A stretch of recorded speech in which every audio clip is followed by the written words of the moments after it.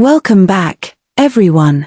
If this is your first time here, please subscribe and drop a comment telling us where you're from. We love hearing from you. Now, let's dive into today's story. The ceramic vase shattered against the wall, missing my 6-year-old son's head by inches.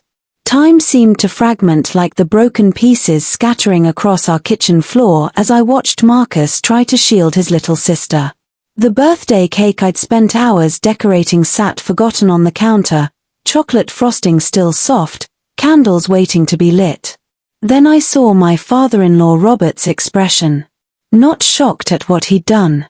Not remorseful. Triumphant. Maybe now you'll learn some respect, he'd growled just before hurling the vase at my children. My mother's voice sliced through the panic like ice. Touch those babies again, and you'll discover what real consequences feel like. Her delivery was identical to the tone she'd used years ago when confronting the principal who'd tried to expel my brother unfairly. Measured. Lethal. Absolute.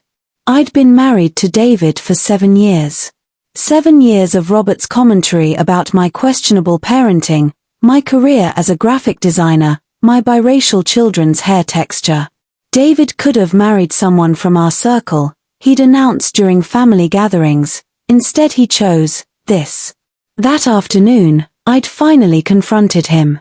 He'd cancelled the magician I'd hired for Marcus's birthday, replacing the entertainment with his golf buddy who told inappropriate jokes.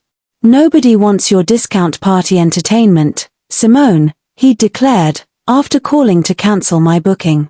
I'd responded, "This is my household, Robert. You're overstepping." That's when something shifted in his demeanor. That's when he spotted the vase on the entryway table, grabbed it, and aimed at my children who'd come running at the sound of raised voices. That's when he threw it. Now shards of porcelain surrounded my babies, and my mother's figure loomed in the doorway, having arrived early with the gift she'd bought for Marcus. "Mama," I breathed. "The kids." "I saw everything," she said quietly. Her posture reminded me she'd been a prosecutor for 30 years. The hospital's bright lights hurt as the EMTs examined Marcus for glass fragments embedded in his arm. My mother sat beside me, her hand steady despite the rage I sensed coiling beneath her composure. She was 58, recently retired from the district attorney's office, and I'd never witnessed her lose control. Not even when my father passed away 3 years earlier. David arrived still wearing his contractor's work clothes, dust on his boots, terror etched across his features. "Simone, sweetheart, what happened?" Before I could speak, Robert pushed through behind him. "David, thank God. She's completely overreacting. The vase just slipped from my hands." "Liar." My mother's single word froze everyone mid-breath. "I witnessed you deliberately throw that object at 2 small children. Your grandchildren." Robert's face drained of color. He hadn't realized anyone else was present. David worked long construction hours. My mother had arrived 20 minutes early for the party, entering through the back door with her spare key when she heard shouting escalate. "That's absurd," Robert stammered. "Why would I?" Ms. Patterson, a pediatric nurse, interrupted, approaching us. "We need to remove several glass fragments from Marcus's forearm. There's also a minor head injury for your daughter where debris struck her." The following 6 hours became a nightmare of examinations, documentation, whispered consultations between medical personnel that made my stomach knot with dread. David stayed with our children while Robert and my mother occupied opposite ends of the waiting area like warring generals. Eventually, Dr. Kim appeared, her expression professionally neutral. "Mrs. Patterson, both children will recover fully. However, Marcus required 12 stitches. We're mandated to report this incident to Child Protective Services given the nature of the injuries." "She's filing charges," my mother announced. Robert gasped. "David, you can't allow. Leave. Now." David's voice was barely audible. "Son, I'm your father. Leave before I call security myself." If you're dealing with toxic relatives, hit that subscribe button. You're not alone. That evening, as our children slept in their hospital beds with monitors tracking their vitals, David sat in the chair between them, face buried in his hands. We'd been married 7 years, together for 9, and I'd never seen him look so shattered. "I need you to tell me everything," he finally said. "Every single thing my father has done that I dismissed. Where could I possibly begin? The time Robert accidentally deleted all the photos from my computer, claiming he thought it was a virus. The loans he'd taken from our business account using David's information. How he'd arrive unannounced and criticize everything from our children's bedtimes to our furniture arrangement. David, we've discussed this repeatedly. No. I've made excuses. Every time you tried explaining, I said you were being oversensitive, that he was just old school, that you needed to try harder." His voice fractured. "I watched my father nearly hurt our children today, Simone. I need to hear everything I was too spineless to acknowledge before. So I told him about Robert telling David's entire family I'd trapped him with a pregnancy. A complete fabrication that made his relatives treat me like a manipulator at Thanksgiving. About how he'd called my boss, claiming I was embezzling and shouldn't be trusted with company finances. I'd almost lost my position. I told him about the fraudulent loan Robert had secured using my signature, creating $40,000 in debt. About the time he told everyone I was having an affair with my business partner, Marcus. Another lie that nearly destroyed our marriage. Why didn't you divorce me?" David whispered. "Because I loved you. Because I kept hoping you'd choose us."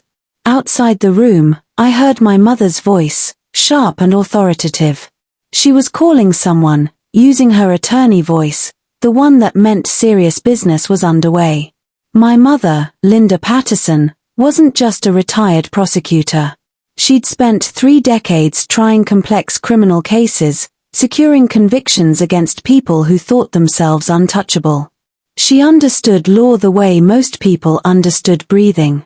And right now, watching through the hospital room window as she paced with her phone pressed to her ear, I realized Robert had made a catastrophic error. He'd attacked the wrong woman's grandchildren. The hospital documented everything. My mother informed me the next morning, settling into the chair David had vacated. My husband had gone to deal with his father, who was sending increasingly unhinged voicemails. The medical records show the trajectory of the glass fragments. The nurses documented your children's statements. Even the 911 call captures Robert's voice in the background, arguing with you. She paused. What expression did he have? What do you mean? When he threw that vase. What was his expression? I closed my eyes, remembering. Satisfaction. Like he'd wanted to do it for years.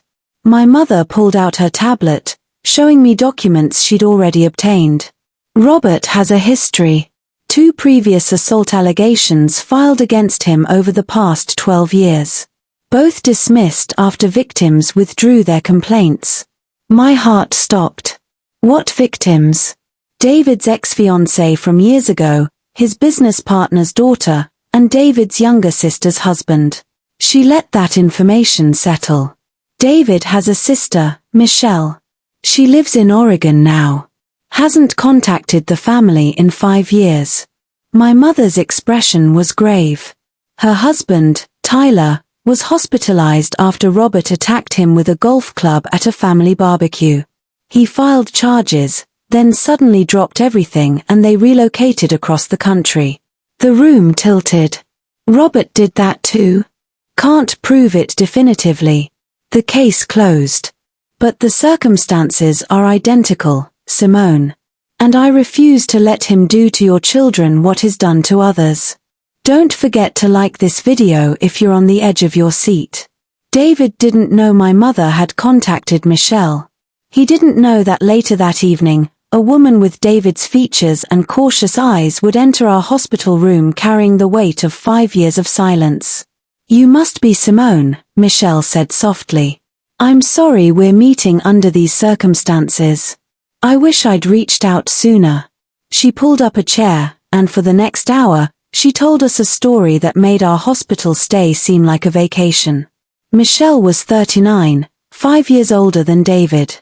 She'd married Tyler when David was still in college, which explained why my husband barely remembered the relationship. Dad hated Tyler immediately, Michelle explained. Tyler was adopted.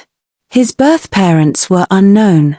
Dad thought he was beneath our family. She made air quotes, her voice bitter. The harassment started subtly.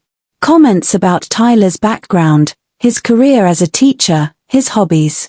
Then it escalated. Robert would show up at Tyler's school, creating disturbances. He'd call Tyler's superintendent, making false allegations.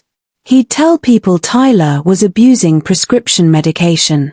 When Tyler confronted him at the family barbecue, Dad snapped. He grabbed a golf club from his bag and struck Tyler across the shoulders and back. Tyler ended up with fractured ribs and a severe concussion. My mother leaned forward. Tell them about the settlement. Michelle's hands trembled. Mom offered us $150,000 to drop charges and relocate. Said Dad would get counseling. Said it would devastate the family if we prosecuted. Tyler was still recovering, I was terrified, and we were young. We took the money and disappeared. Mom knew. David's face went ashen. All this time, Mom knew Dad attacked Tyler. Your mother, my mother interjected, her voice hard, has been enabling Robert's violence for decades. I did more research. There's a pattern here, David. Every time someone enters your family who doesn't meet Robert's standards, they're targeted. The room felt claustrophobic. The monitors beeped steadily, measuring my children's heartbeats, reminding us what we stood to lose. There's more, Michelle said quietly. I received a call from Dad yesterday. Somehow he discovered I was flying in. He offered me money again. Said if I convinced Simone to drop charges, he'd give me $250,000. David stood so abruptly his chair toppled. He what? I recorded it. Michelle produced her phone. I figured after everything Mom taught me about evidence, she nodded to my mother, it might prove useful. We listened to Robert's voice on the recording, cold and calculating, offering his daughter money to help him escape consequences for assaulting children. When it finished, David looked at me with tears streaming. I'm so sorry, he whispered. I'm so incredibly sorry. Don't miss what happens next. Share this video with someone who needs to hear this story. The detective assigned to our case was named Detective Chen. He had empathetic eyes but an iron will. And when he walked into our hospital room on day 4 of our stay, I could tell he'd seen too many cases like ours. Mrs. Patterson, I'll be direct with you, he said, settling into the visitor's chair. Your father-in-law has retained Gerald Hoffman as his attorney. My mother's expression darkened. The one who defends wealthy clients from accountability. Exactly. He's already launching a publicity campaign, depicting you as an unstable mother, suggesting your children's injuries were caused by your negligence. There's even a rumor circulating that you staged this incident for sympathy and financial gain. I felt nauseated. That's insane. That's privilege and connections, Detective Chen corrected. I've seen it before. They'll drag you through hell, Ms. Patterson. Your work history, your family, your marriage. They'll paint you as the villain. He paused. But I've also reviewed the hospital documentation. I've seen the medical records. I've read your mother's preliminary investigation and listened to Michelle's recording. If you're willing to press charges and endure this process, I believe we can secure justice. She'll do it, my mother said immediately. Mom. Baby girl, I didn't raise you to let people get away with attacking your children. Her voice was gentle but firm. And I certainly didn't raise you to protect someone who wants to harm them. David took my hand. Whatever you decide, I support you. But Simone, my father nearly hurt our babies. If we let this go, what happens next time? What happens when Marcus starts school and Dad doesn't approve of his teachers? What happens when Sophie wants to play sports? That image crystallized everything. Robert controlling every aspect of our children's lives, criticizing every decision. The thought made my blood freeze. I'll press charges, I said. Within 48 hours, Robert's smear campaign exploded. Someone illegally leaked my employment records, highlighting every minor disagreement or client complaint I'd received in 9 years of design work. Never mind that I'd also won industry awards twice and built a client roster of over 100 businesses. The comment sections of local news articles became cesspools. Gold digger got what she deserved. Probably hurt her own kids to trap the husband. Why are we wasting taxpayer money on this dramatic nonsense? I learned that day how much society hates women who dare to seek justice. My mother held a press conference. Watching her stand at a podium in her professional suit, her distinguished career evident, defending me with the same precision she'd once used in courtrooms made me cry. She presented Michelle's testimony, played the recording of Robert attempting to bribe his daughter, showed the medical documentation. My daughter is a graphic designer who has built a successful business from the ground up, she said, her voice carrying across the courthouse steps. She's not a gold digger. She's not dramatic. She's a mother whose children were assaulted by their grandfather, and she deserves justice. David stood beside her, public in his support. That night, his phone exploded with messages from family members accusing him of betraying his father. His mother called, threatening to cut him off completely. His cousins created a group text just to call him disloyal for choosing some woman over family. They're acting like I chose between you and Dad, David said, pacing our living room after we were finally released from the hospital. They don't understand. I chose between right and wrong. This is going to get worse before it improves, I warned him. He kissed my forehead. Then we'll endure worse together. Make sure to subscribe so you don't miss what happens next. The preliminary hearing was brutal. Robert appeared in an expensive suit, his silver hair perfectly styled, playing the role of respectable grandfather. He dabbed at his eyes with a handkerchief as his lawyer painted me as an unstable woman who'd provoked him before accidentally allowing her children to be injured. Mrs. Patterson had been increasingly hostile, Gerald Hoffman claimed. She'd made comments about wanting my client removed from her life. She'd argued with her husband about his father's involvement. On the day in question, she became verbally aggressive, and in the heat of the argument, the vase tragically slipped. The judge looked skeptical but ordered a full trial. Bail was set at $750,000. Robert's wife posted it within 2 hours. My mother assembled what I can only describe as a war council in our living room. Detective Chen, Michelle and her husband Tyler, who'd flown in from Oregon. David's brother Jason, the only family member who believed us, and a victim's advocate named Ms. Rivera, who specialized in family violence cases. They're going to attack Simone's character, Ms. Rivera explained. She was a 55-year-old woman who'd been doing this work for 25 years. That's standard procedure. Make the victim seem unreliable, emotional, vindictive.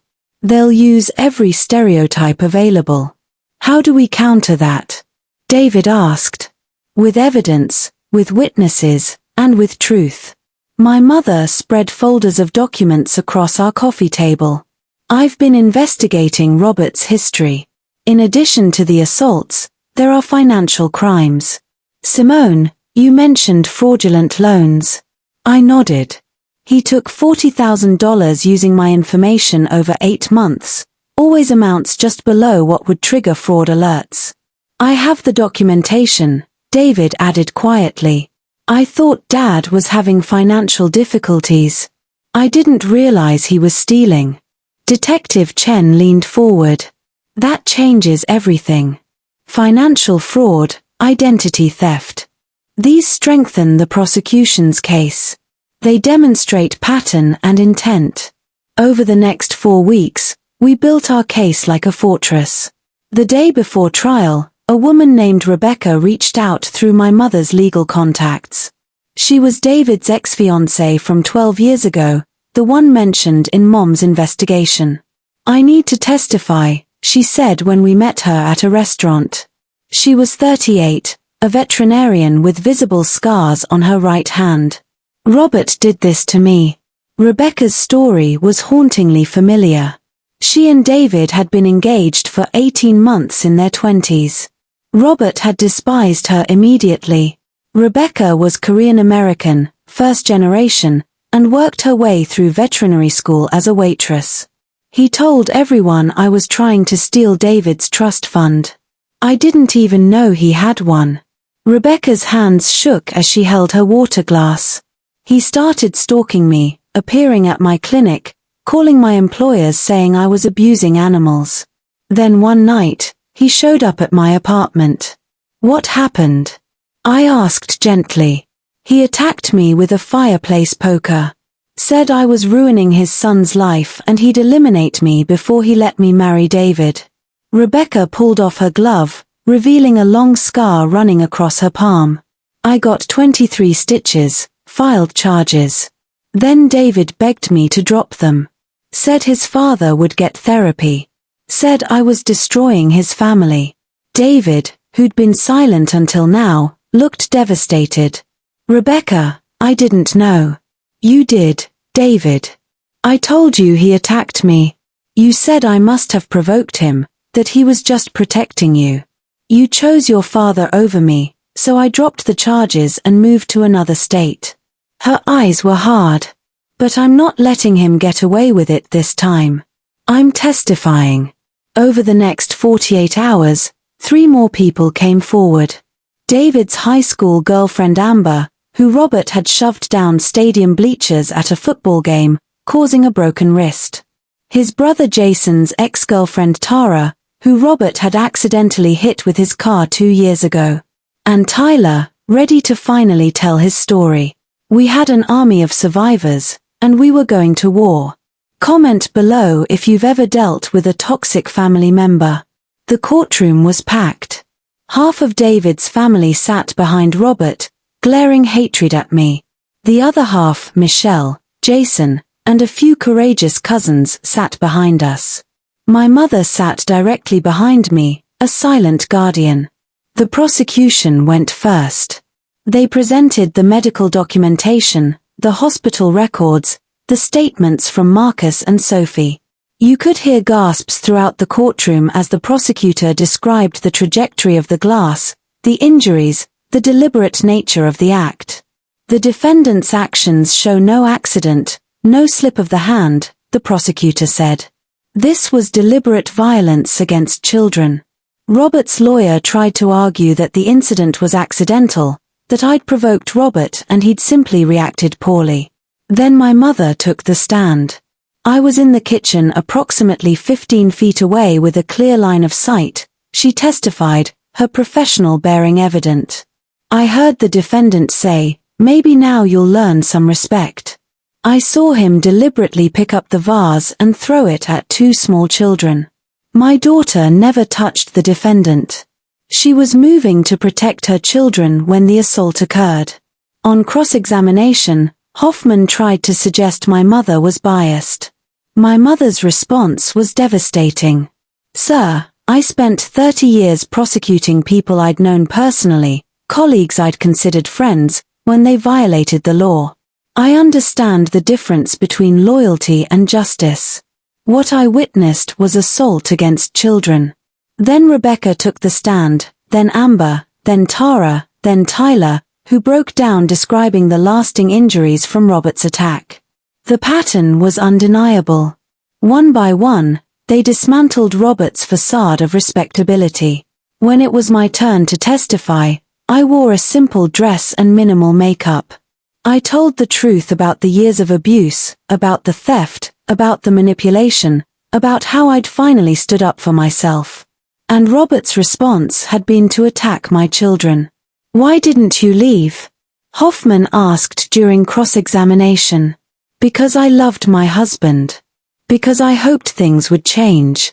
Because like many women, I believed if I just tried harder, was kinder, was more patient, eventually he'd accept me. I looked at the jury. I was wrong. Some people don't want peace. They want power. And when you stop giving them power, they escalate." The jury deliberated for 8 hours. "We find the defendant guilty of aggravated assault, reckless endangerment, and child abuse." The courtroom erupted. Half of David's family stormed out, screaming about injustice. Robert collapsed in his chair, wailing. His wife sat motionless, perhaps finally seeing the monster she'd protected for decades. At sentencing 4 weeks later, the judge was scathing. "Mr. Patterson, you have exhibited a pattern of violence spanning decades against people you perceived as threats to your control over your son. You have shown no remorse, no insight, and no accountability. You assaulted your own grandchildren. I sentence you to 15 years in state prison." 15 years. He was 70. He'd be 85 when released, if he lived that long. Robert's wife filed for divorce the following day. "I should have stopped him decades ago," she told David privately. "I enabled a monster because I was too afraid to stand up to him. I'm sorry, son. I'm sorry to everyone he hurt because I chose comfort over doing what was right." 5 days after sentencing, something unexpected happened. David's mother reached out, asking to meet. We met at a neutral location, a coffee shop across town. She looked smaller somehow, diminished. "I need to apologize," she said quietly. "Not just for not stopping him, but for actively covering up his violence. I paid people off. I threatened victims. I was as much a perpetrator as he was." She slid an envelope across the table. "This is a check for the legal fees, the therapy costs, everything. It's not enough, but it's something." "We don't want your money," David said. "I know. But I'm giving it anyway. And I'm testifying against him in the civil suits from the other victims. It's the least I can do." She looked at me with tears in her eyes. "I'm not asking for forgiveness, Simone. I don't deserve it. But I am sorry. And I'll spend whatever time I have left trying to make amends." 3 months after sentencing, life began to feel normal again. Marcus started 2nd grade, Sophie began preschool. David went to therapy twice a week, unpacking decades of manipulation and abuse. Our marriage grew stronger, built on a foundation of real honesty instead of forced harmony. Marcus learned to ride a bike in our driveway while my mother cheered and David cried happy tears. Sophie started ballet classes and talked non-stop about her recital. They'll grow up knowing their extended family, Michelle's children, Tyler's warmth, my mother's steady love. They'll also grow up knowing the truth. That sometimes the people who should love you most are the ones who hurt you worst. That you can love someone and still hold them accountable. That family isn't about blood. It's about who shows up when you need them. Robert's letters started arriving after 8 months. David burned them unopened. His mother sent gifts for the children, which we donated. She'd chosen enabling over protecting. Now distance was all she'd be allowed. Sometimes I dream about that vase, about the shards of glass, about Marcus's scream. I wake up gasping, and David holds me, and my mother checks on the children, and we remember we survived. We're surviving. And that's the real victory. Not his suffering, but our healing. Building a life where toxicity has no power. Where our children will learn that love doesn't look like control and family doesn't require you to sacrifice your safety to keep others comfortable. If you made it to the end, thank you for witnessing our story. Drop a comment sharing your own experiences with toxic family members. And don't forget to subscribe for more real stories about standing up for yourself. Hit that notification bell because I'm not done sharing what it takes to break free and build something better. The last time I saw Robert's picture in the news, he looked old. Hollow. A cautionary tale about what happens when you build a life on controlling others. I looked at Marcus and Sophie, now 7 and 4, playing in our backyard while their grandmother watched from the porch, and I felt something unexpected. Pity. Robert would die in prison, having destroyed every relationship he ever had. Meanwhile, I got to watch my children grow up surrounded by love, learning that strength isn't about dominating others. It's about protecting yourself and building boundaries. That's the real ending. Not his punishment, our peace. And maybe that's the moral of this story. The best revenge isn't suffering. It's becoming so whole, so healed, so surrounded by genuine love that the person who tried to break you becomes irrelevant. They don't get to live in your head anymore. They don't get to steal your joy. They just disappear into the consequences of their choices while you disappear into the life you built despite them. If this story resonated with you, if you've survived a toxic family member, if you're still fighting to protect yourself and your children, share this video. Let's build a community of survivors who refuse to stay silent. Subscribe for more stories of resilience, justice, and the long road to healing. Drop a comment with your story or just to say you made it through. Remember, you deserve better. You deserve peace. And no one, not even family, has the right to take that from you. Until next time, protect your peace and trust your truth.